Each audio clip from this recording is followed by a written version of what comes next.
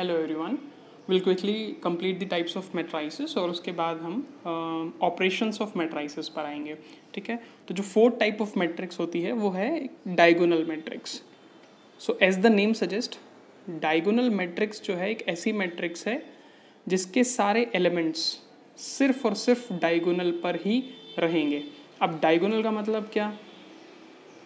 जैसे हम एक स्क्वायर में या रेक्टेंगल में एक डायगोनल खींचते हैं, या तो ऐसा या फिर ऐसा. ठीक है, बट इस तरफ से नहीं होती है ये, हमेशा जो है सिर्फ ये टाइप की हमारी डायगोनल रहेगी. So this is called a diagonal matrix. इसमें एलिमेंट्स जो है मेरे कहाँ पे हैं? सिर्फ और सिर्फ डायगोनल्स पे. इसके अलावा जो और पोजीशंस हैं मेरी, वो सारी की सारी ज़ीरो एलिमेंट उसमें भरा हुआ है. ठीक है, ये एक मैट्रिक्स कैसी है? 3x3 की मैट्रिक्स. ए मैंने इस मैट्रिक्स का नाम दिया. तो अगर एक चीज़ को ऑब्जर्व करोगे तो क्या समझ में आएगा कि ए आई जे कहाँ कहाँ ज़ीरो है? जहाँ पे आई is not equal to J, वहाँ ए आई जे की वैल्यू कितनी हो जाएगी? ज़ीरो. बाकी सारे जहाँ पे A I J where I is equal to J है, वो सारी नॉन ज़ीरो वैल्यूज़ हैं मेरी, नॉन ज़ीरो वैल्यूज़. ठीक है, ये मेरे लिए होता है डायगोनल मैट्रिक्स. अब डायगोनल मैट्रिक्स के ही जैसा आगे और दो मैट्रिक्स में बताता हूँ, बिल्कुल डायगोनल मैट्रिक्स जैसी ही हैं. एक है स्केलर मैट्रिक्स. स्केलर, ठीक है. स्केलर मैट्रिक्स में क्या होता है? एलिमेंट्स मेरे डायगोनल पे ही रहेंगे, लेकिन इसकी एक खास चीज़ है. वो खास चीज़ क्या है कि एक ही टाइप का नंबर जो है, एक ही टाइप का एलिमेंट मेरा जो है कहाँ पर रहेगा? डायगोनल पे रहेगा. जैसे अगर यहाँ √3 है, ठीक है, बाकी सारे एलिमेंट ज़ीरो, तो यहाँ भी √3 रहेगा. ठीक है, और यहाँ भी √3 रहेगा.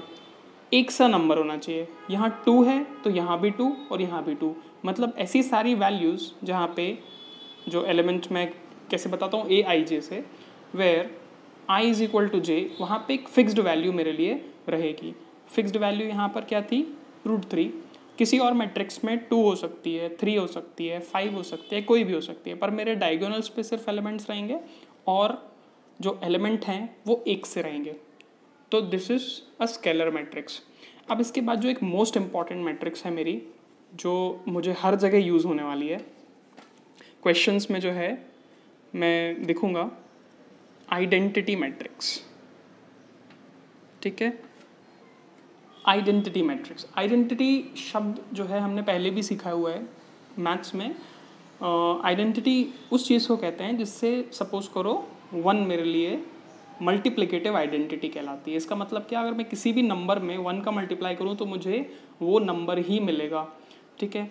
एडिटिव आइडेंटिटी क्या होगी? 0. ए में अगर मैं 0 ऐड करता हूँ तो मुझे ए ही मिलता है. तो आइडेंटिटी का मतलब क्या? सपोज करो मिरर है बेसिकली मेरे लिए, मिरर. तो मैं अगर मिरर में दिखता हूँ तो मैं खुद ही अपने आप को ही दिख पाऊंगा ना, मेरा प्रतिबिंब दिखूंगा मैं. तो for me mirror is an identity. ठीक है, tells the identity of me. ठीक, तो आइडेंटिटी मैट्रिक्स जो है वो कैसे होगी? इसको हम पहली बात तो आई से डिनोट करते हैं, कैपिटल आई. ये भी काइंड ऑफ डायगोनल मैट्रिक्स है. ठीक है, मतलब एलिमेंट्स सारे कहाँ कहाँ रहेंगे? डायगोनल्स पे. और ख़ास बात क्या? सारे के सारे एलिमेंट्स जो हैं जो डायगोनल्स पे हैं, वो सारे के सारे क्या होंगे? 1 होंगे. 1 आइडेंटिटी 1. ठीक है, so A I J is equal to 0 where I is not equal to J. ठीक है, देख लो यहाँ पे ये 3x3 की मैट्रिक्स है. तो अगर ये 3x3 की मैट्रिक्स है तो हम इसको I3 लिखते हैं. ठीक है, अगर 2x2 की मैट्रिक्स होती तो हम I2 लिखते हैं. ठीक, तो ए आई जे के सारे एलिमेंट्स 0 हैं. कौन से वाले? जहाँ पे आई इज़ नॉट इक्वल टू जे. जैसे ये वाली पोजीशन, इस पोजीशन का नाम क्या होगा? इस पर्टिकुलर पोजीशन का रो नंबर है 1, कॉलम नंबर है 2. तो इस पोजीशन का नाम है A12. तो A12 की वैल्यू कितनी है? 0. क्यों 0 है? क्योंकि I is not equal to J. So this is called an identity matrix. ये बहुत इंपॉर्टेंट है एग्ज़ाम में और क्वेश्चंस में. मेरे को आइडेंटिटी के लिए जो है आइडेंटिटी मैट्रिक्स नहीं लिखा होगा, सिर्फ आई लिखा होगा, और फिर मुझे उसका जो है ऑपरेशन करना होगा. और एक लास्ट मैट्रिक्स और है which is called a zero matrix. It is as easy as it sounds.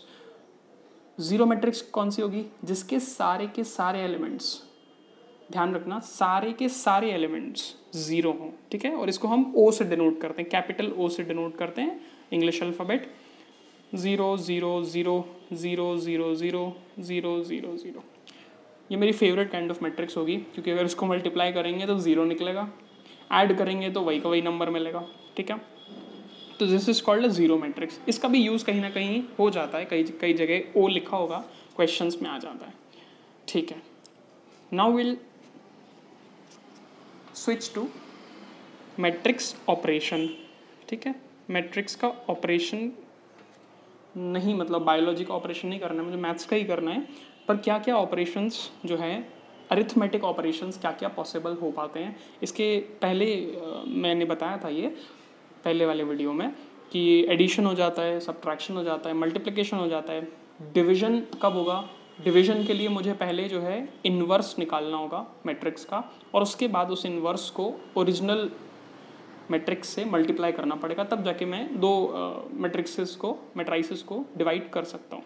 खैर वो आगे की चीज़ें हैं, पहले अपन ऑपरेशन समझ लेते हैं कि ऑपरेशन में एडिशन कैसे होता है, ठीक है। सबसे पहला जो पार्ट है वो है एडिशन, ठीक है। मेरे को एक चीज़ ध्यान रखना है सबसे पहले, बहुत बेसिक कॉन्सेप्ट, वो ये है कि मैं सिर्फ उन्हीं मैट्राइसेस को ऐड कर सकता हूँ, वापस ध्यान से सुनना इस चीज़ को, मैं सिर्फ उन्हीं मैट्राइसेस को ऐड कर सकता हूँ जो एक से ऑर्डर की होंगी, ठीक है। अब सपोज करो मेरे पास दो मैट्रिक्स हैं, एक ए है एक बी है, ठीक है।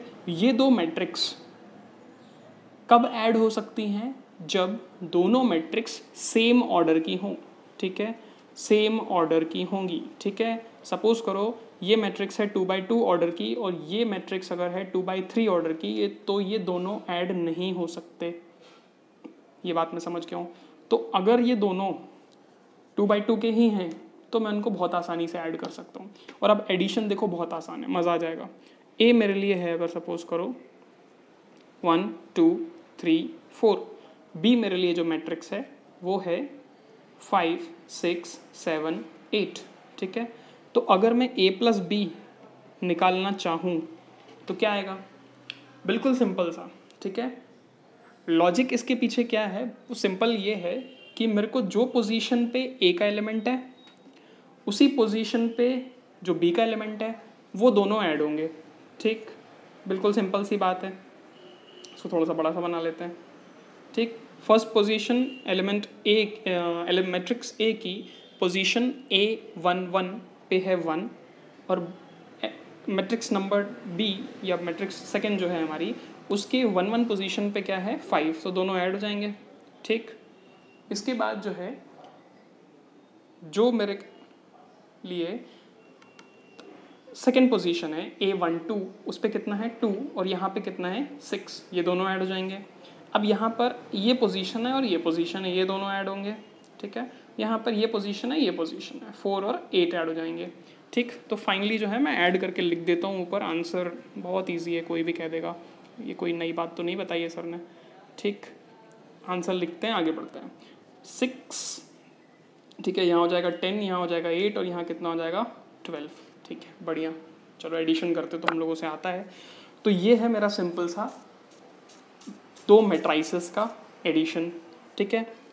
ध्यान रखने वाली चीज़ क्या है, जो नोट करने वाली चीज़ें हैं और ध्यान रखने वाली चीज़ें हैं वो सिर्फ ये है कि सेम ऑर्डर की मैट्रिक्स ही, ठीक है, सेम ऑर्डर की ही ऐड या सब्ट्रैक्ट होंगी, ठीक। सब्ट्रैक्शन मैं अलग से नहीं बता रहा हूँ, बहुत सिंपल है, हमने देख रखा है। बस इस प्लस की जगह माइनस होगा, ठीक है। तो a माइनस बी खुद ही करके देख लो, a माइनस बी जो है क्या हो जाएगा, ये 1 और 5 ऐड हुआ था तो यहाँ -4 हो जाता। यहाँ पर जो है 2 और 6 ऐड हुए थे तो यहाँ पे कितना हो जाएगा, वापस से -4। यहाँ पे जो है 3 नंबर था और वहाँ पे जो है 7 था, तो 3 और 7 -4, यहाँ पे भी -4, ठीक है। डिफरेंस सेम आया है, कोई दिक्कत नहीं है। तो a माइनस बी जो है सिर्फ सब्ट्रैक्ट करना है मुझे और कोई प्रॉब्लम नहीं। ये हो गया मेरे लिए मैट्रिक्स ऑपरेशन के दो पार्ट, ठीक है, एडिशन और सब्ट्रैक्शन। मल्टीप्लिकेशन जो है वो नेक्स्ट वीडियो में मैं बताऊँगा। जय हिंद।